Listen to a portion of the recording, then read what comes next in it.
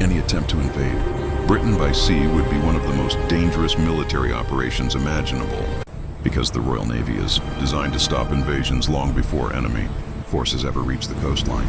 The defense of Britain begins with intelligence dominance, satellite surveillance, NATO intelligence sharing, underwater sonar networks, and maritime patrol aircraft monitor the seas around the British Isles every hour of every day.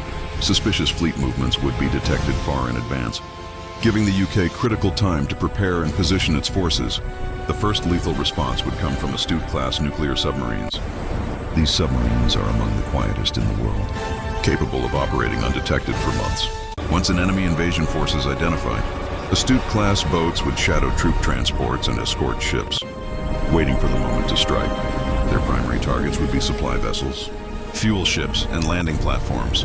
Because an invasion without logistics is already defeated, torpedoes and cruise missiles, launched from beneath the sea, would cripple the enemy before they even realize they are under attack.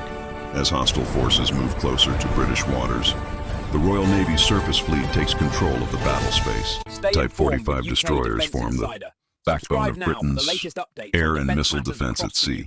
Equipped with the Sea Viper system, these ships can track and destroy multiple threats simultaneously, including aircraft, drones, and cruise missiles. This defensive shield makes it nearly impossible for an invasion forced to gain air superiority, a requirement for any successful amphibious landing. Britain's geography further strengthens its defense. Narrow sea lanes such as the English Channel and the North Sea act as natural choke points, forcing enemy ships into confined areas where they are easier to detect and attack. Mine warfare vessels, fast patrol craft, and unmanned systems restrict movement and slow enemy progress, turning every mile closer to Britain into a deadly challenge. Further from the coast, Britain's aircraft carriers, HMS Queen Elizabeth and HMS Prince of Wales, operate as floating air bases. F-35B fighter jets launch from their decks to strike enemy ships. Air defenses and staging areas hundreds of miles from Britain's shores. Combined with RAF Typhoon and F-35 aircraft operating from land bases, the UK maintains control of the air over the sea battle. If the threat continues, escalation brings overwhelming power.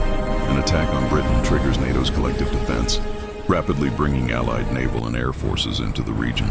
Throughout the crisis, Britain's nuclear deterrent remains on alert, sending a clear message that further escalation would carry catastrophic consequences. The reality is simple. The Royal Navy does not defend Britain on the beaches. It destroys invasions at sea long before they ever have a chance to land. Subscribe now for the latest updates on defense matters across the UK.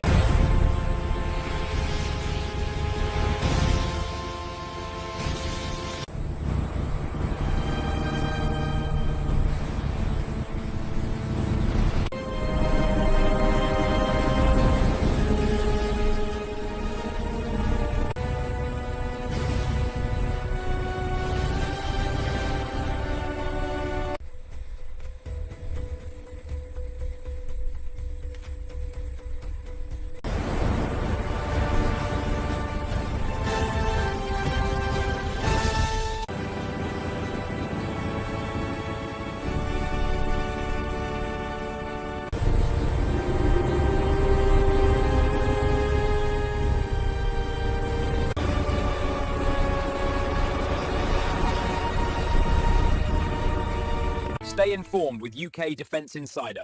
Subscribe now for the latest updates on defence matters across the UK.